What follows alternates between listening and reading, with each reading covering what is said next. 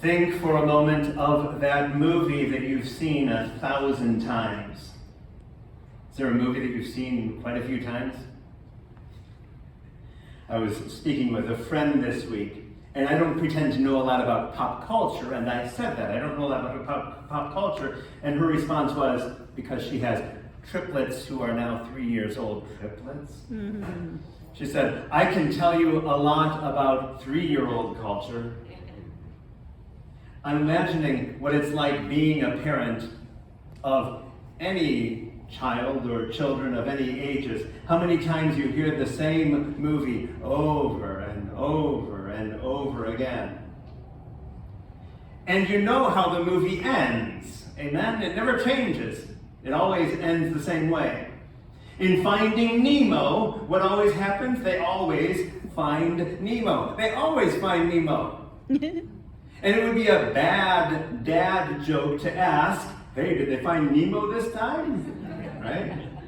Because we know how the story ends. Or Frozen. I'm sure that parents have seen their share of Frozen, right? Anna and Elsa and gang always end up saving the kingdom. But I could imagine a dad and his dad joke. Hey, did they save the kingdom this time? We know how the story ends. In today's gospel, we know how the story ends. And 2,000 years later, that tree that didn't bear fruit is still standing. It hasn't been cut down yet. Follow me? Are we all familiar with this story? The owner of the vineyard had a fig tree that wasn't producing figs. No figs again. It's been 3 years and no figs. And so the owner of the vineyard tells the gardener what? Cut it down. Why should it take up the soil? Let's cut it down, get rid of it. It is not bearing fruit. We should probably pause and reflect on our own lives. How are we bearing fruit in our lives? Because, of course, that was an apocalyptic image. Oh, I feel like the Grim Reaper here. It was an apocalyptic image of how those who don't bear fruit would be cut down. Yikes. Are you bearing fruit in your life? We know how the story ends because ours is a God of mercy and compassion. In today's first reading, God appears to Moses and identifies God's self as I am who am. That same God in the Psalms is identified as a God who is kind and merciful. Not kind of merciful, but kind and merciful. Slow to anger, abounding in kindness. That's how God is. Are we mirroring God's love to the world? In today's second reading, St. Paul tells the Corinthians that in the same way that Moses and the people passed through the Red Sea on their way from slavery to new life to the promised land, so too all of us who have been baptized have passed from death to life, from sin to freedom. So we rightly raise the question, which one are you in the story?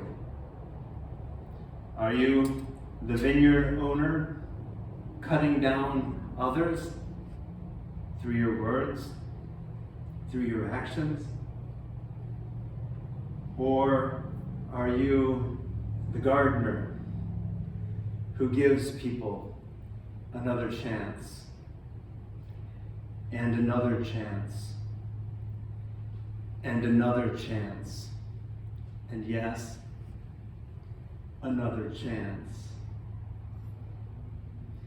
Many of us are quick to cut down others. People are fascinating, and one family this week, not of this parish, outside of this parish, tried to draw me into some family drama, and we all know how the family drama goes from time to time, right? with some people in the family trying to cut down others, not willing to give others a second chance, or a third chance, or a fourth chance, right? I'm no longer that person's brother or sister. I'm cutting them out of my life. That's one response. That's the owner of the vineyard. Jesus challenges us to respond in a different way, like the gardener. Yes, that person is a bugger, but I'll give him or her or them another chance.